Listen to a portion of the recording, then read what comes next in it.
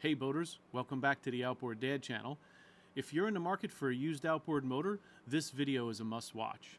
Nobody wants to spend their hard-earned money on a lemon.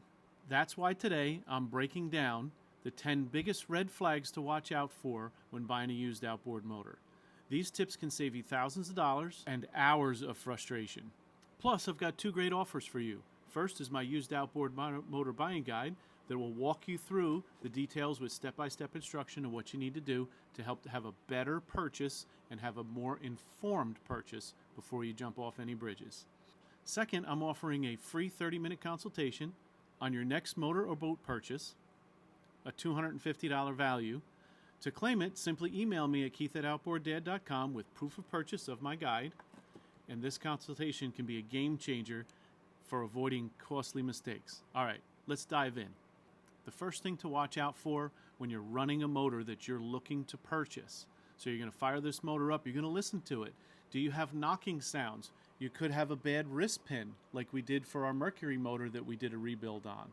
You could have a bad piston, right? It could be burnt up. So if you hear knocking noises or something like that, it should run smoothly throughout its RPM range. Getting it on a sea trial, we're going to talk about later in this video. But when you're just running the motor on the trailer or at the dock, you want to listen for those things. Now, of course, some of the older two-stroke motors, they kind of spit and sputter a little bit at idle, but they should ramp up smoothly and run well. If you do have knocking sounds, you have to kind of put the brakes on and understand that this is a project motor and make sure you understand the cost and the time you're going to put into it before investing any money into that motor.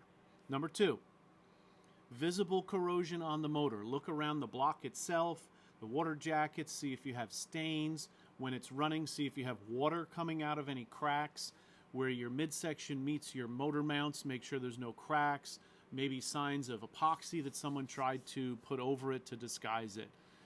Especially down at your lower unit, if you have cracks, you could be in the market for having to buy a new lower unit in a very short period of time.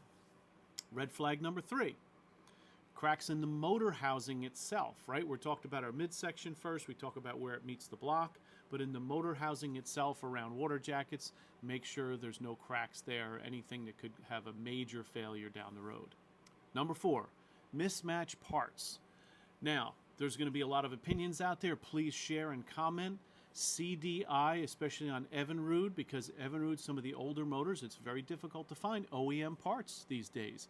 I'm a big proponent. I would rather see you invest in a blown motor to use the ignition parts rather than using new 1 or 2 CDI parts, because sometimes they don't mix match very well and run properly.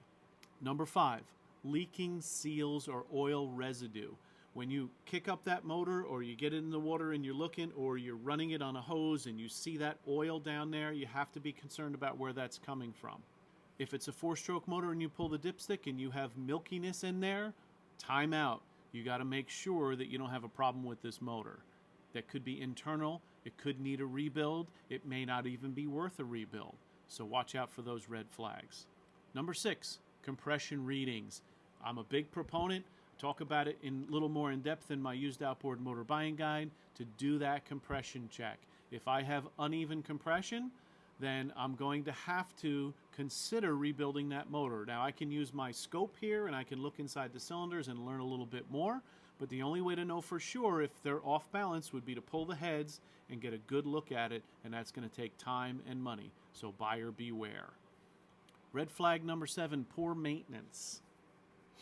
Always ask the seller about the maintenance. Did he do water pumps, thermostats? Proof of that is even better. Whether they have marina receipts or parts receipts if they did their own, somehow they have to share with you that they've upkept this motor. Now, there's certain signs you can look for. Is there a new filter on the motor? Is it an OEM filter? If it's 4-stroke and they have replaced the filter, is it OEM or did they buy? Now, I'm not against aftermarket parts, but if they did OEM, that's a different level. They're investing that extra money in buying OEM for their motor, and that shows they care a little more and were willing to invest in this motor throughout the years that they've owned it. Red flag number 8, unresponsive or difficult shifting or clunking. The Yamahas through the 90s, some of their motors had shift rods that would rot out, and you go to put it in gear, it wouldn't go, you do it again, then it would go into gear. Be careful because you had to pull the whole power head off the engine in order to replace that. Not that it can't be done, but you need to understand the cost of that and the time you're going to have to invest in it if you're working on it yourself. Sometimes those bolts are so badly corroded, and you can watch my video for the Mercury where I pulled the power head off. It was a 2000 motor, so 23 years old. It can be very difficult to get motors off, and sometimes you have to cut into the midsection and buy a new midsection plate, that exhaust section there, in order to get you back going again, and it can be very costly, especially if you're paying a marina to do that. Red flag number 9, misaligned propeller, chips, chunks out of the propeller. If you spin that propeller and it wobbles back and forth, and you check that lower unit oil, you got water in there, time out. Also check to see if it's an OEM lower unit. SEI makes aftermarket lower units that are a lot more cost effective to buy, but they're also not the same quality as the OEM parts. Not saying they can't work for you. I think they have a 3-year warranty. I'm not sure if it's transferable. I know some people that did buy a motor that had a 1-year-old that was honored by the warranty. Number 10, if your seller is avoiding a water test, I don't really have the time, I don't want to, if you're really serious, you know, make a deal with the guy. Hey, depending on what you're spending on the boat, I'll give you $1,000 cash. You can hold it in your pocket. If we take this out on a test run, I'll buy it. I'll negotiate the number right now. I'll buy this boat for $10,000, $15,000, $25,000, whatever you're going to spend on that boat. You can make that offer where you can give them some money. So let's go on a test trial. I'll even pay for the gas to go on that test trial. It's always worth it. You can always call Keith, the Outboard Dad, and reach out to him, and he can come and do those evaluations for you. I do charge and do that in the state of New Jersey and out of state if you're looking for that. So that's your top 10. Here's a few bonus tips that I'd like to add. To make your inspection even easier, grab yourself a used outboard motor buying guide before you go.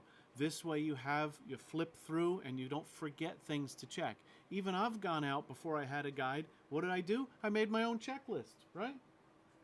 I went ahead and make a list before I go out and look at things, so that this way I'm not missing something, because let's face it, we're all forgetful. And it could be that one thing that could cost you a lot more money. And don't forget, I'm offering a free session, 30 minutes consultation on your next boat or outboard motor purchase. It's a $250 value. Just send me proof of purchase of my used outboard motor buying guide. So there you have it. 10 critical red flags to help you to avoid buying a lemon. Have you ever bought a boat or a motor and regretted it? Or maybe these are some tips you didn't cover. Or maybe you've got some tips that I didn't cover. This is a good way to avoid the best 2 days, or the day you bought it and the day you sold it.